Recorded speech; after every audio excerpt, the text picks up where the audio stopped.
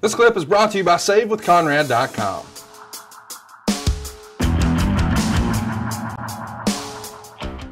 Mike has one last question for us this week. What are some of the best and worst ribs that Arn has witnessed? Well, I've seen rotten ribs like, cutting off a guy's pants leg of his slacks, making one side a pair of shorts and one side long pants. Funny ribs like super gluing a guy's shower shoes to the ceiling. I've heard of old ribs that will just take your breath from the old timers, taking a dump in somebody's bag. I'm sorry. We got a hell of a fight going on. That happens to me, but it used to happen all the time. The worst I ever heard was like Johnny Valentine's era, that one of the wrestlers had asthma real bad. He had one of those inhalers. Yep. And he needed it. I mean, when he would come out of the ring, man, it's the first thing he had to do was hit that inhaler. Well, apparently Johnny Valentine put lighter fluid in the damn thing. The guy came back from the ring and hit a couple of big squirts real quick, and lighter fluid went down his throat. And the damn guy fell out damn near. I mean, it messed him up. And the next day, the guy comes in with a gun and shoots a hole in his bag, in Johnny Valentine's bag. And, if you ever do that again, I'll kill you. So apparently somebody smartened him up. If you consider that a rib, that's a rib. I don't consider that a rib. But it was the kind of things that used to go on, back in the day. There were funny ribs, Kurt Hennig was probably one of the best. And it was just, simple, harmless stuff. One good rib that was hilarious was when we were finishing up, Tully and I, with WWE, and the boys were throwing us a little, some drinks down in the Marriott bar. No big deal. It was Bret Hart and Ted DiBiase and some other guys, and we're drinking. At the time, my beverage of choice was double Stoli Sea Breezes, and I'd had a couple, and catch a little buzz, and somebody bought a round of drinks. I think Brett brought a round of drinks, and they brought them to us, and we were talking and yakking, and he handed me a drink, and I went to drink it, and I turned that thing up, and something hit me on the top of the lip, and I just turned the glass back down and looked down in my glass, and there was someone's ear was in the drink.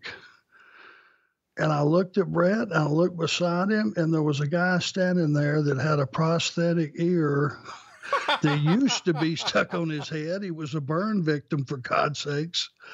And it went from being on his head to being in my drink. Well, I put two and two together pretty quickly and started heaving. And I puked all the way out of that bar, all the way down the hall, all the way to my room.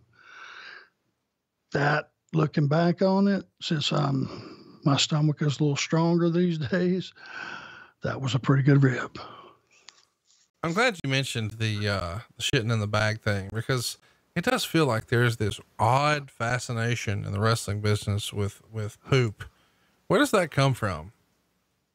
Well, that was more back then. You don't have that happen today. I haven't heard of that happen. Matter of fact, that hasn't happened in a territory or a company that I've been with since I've been in the business.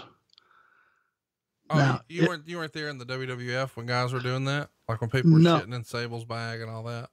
No. I heard it, but I was never around it, and I never saw it, and it never happened. It didn't happen with any company that I was with. I heard about it happening with WWF at the time, and I heard about it happening in Tennessee and a few other places, but thank God I was never around that. There's some sanitary issues with that, for God's sakes. There was a famous rib I heard back in the day where Mr. Perfect was next to a guy on a plane, and the guy just wouldn't shut up. He's just talking his ear off, and Perfect's trying to go to sleep. So he wants to be done with it. So he guy orders a drink, goes to the bathroom. He comes back, he's got his Woodford Reserve, but he doesn't know while he was in the bathroom, Kurt stuck his own finger up his own ass and took the shitty finger and rubbed it around the rim of the guy's glass. Oh. And yeah, everybody in wrestling has a poop story. It's not just Sean Waltman shitting in people's bags. Oh, that's pretty bad. Now, back in the day, halcyons were some reason, were one of the drugs of choice for the guys, and partially when using correctly, I guess. Now, I couldn't take them because I had no threshold for that stuff. If I took one, it'd be a month later, I'd wake up in Cairo or somewhere on the back of a damn camel. Sure. I just couldn't take them. But guys would get those things thrown in their drink, and they would, you just go blank and black out. And we're on a flight overseas. A lot of shit happened when going overseas on those flights. 9 hours is a long time, for guys to just sit there in their seat and behave. And somebody decided they were going to H-bomb Bill Dundee. Now, I would just happen to be fortunate enough to be in first class. He was in a row behind me in coach. So somebody H-bombed Bill. He went to sleep, and they made an ice cream sundae out of him. They got some whipped cream, they got a cherry, they got some all kind of stuff, and they just basically covered his whole head in whipped cream, or shaving cream, maybe it was, and put a couple of cherries on top. And he just sat there, the human sundae. And when he woke up, for whatever reason, he just saw the back of my bald head, tilted back, sound asleep, and this was told to me by some of the boys, obviously. When he saw me, he associated that I did it just because I'm the first one he saw. And he slapped the shit out of the top of my head and woke me up out of a coma. And other than getting mad, I looked at him and immediately clicked in what happened. And I was just rolling. I was dying. And, that's one of those ribs that was harmless, but, and that made him madder, I'm sure. I mean, for him to be pissed off and you're laughing, that makes it even worse. Well, yeah, it probably made me look guilty, and I swear to God, I wasn't part of it.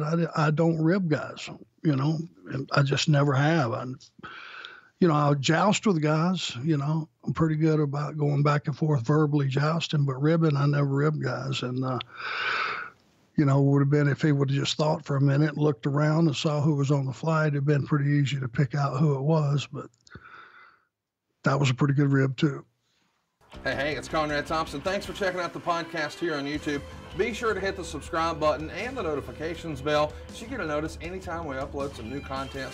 And go save yourself some money right now. If you're in a 30-year loan or you have credit card debt, it's not a matter of if I can save you money, it's a matter of how much.